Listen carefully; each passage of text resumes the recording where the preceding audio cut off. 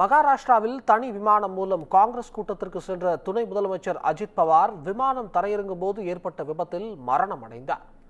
மகாராஷ்டிராவின் புனேவில் உள்ள பாராமதி என்ற பகுதியில் காங்கிரஸ் கட்சியின் கூட்டம் ஏற்பாடு செய்யப்பட்டிருந்தது. தனது சொந்த தொகுதியான பாராமதியில் நடைபெற இருந்த கூட்டத்தில் மகாராஷ்டிரா மாநிலத்தின் துணை முதலமைச்சரும் தேசியவாத காங்கிரஸ் கட்சியின் தலைவருமான அஜித் பவார் பங்கேற்க இருந்தார். இதற்காக தனி விமானத்தில் அஜித் பவார் உட்பட 6 பேர் பயணித்துக் கொண்டிருந்தனர்.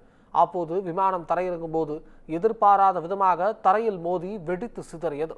ஒட்டுமொத்த இடமும் தீக்கரையான நிலையில் விபத்தில் சிக்கிய அஜித் பவார் பரிதாபமாக உயிரிழந்தார். அவருடன் விமானத்தில் பயணித்த 6 பேரும் உயிரிழந்ததாக அறிவிக்கப்பட்டுள்ளது. சொந்த தொகுதியிலேயே விபத்தில் சிக்கி அஜித் பவார் உயிரிழந்த கோர நிகழ்வு நாடு முழுவதும் பெரும் சோகத்தை ஏற்படுத்தியுள்ளது. அவரது இறப்புக்கு அரசியல் தலைவர்கள் பலரும் இரங்கல் தெரிவித்து வருகின்றனர். இதனிடையே விபத்துக்கான காரணம் குறித்து விசாரிக்க மகாராஷ்டிரா அரசு உத்தரவிட்டுள்ளது.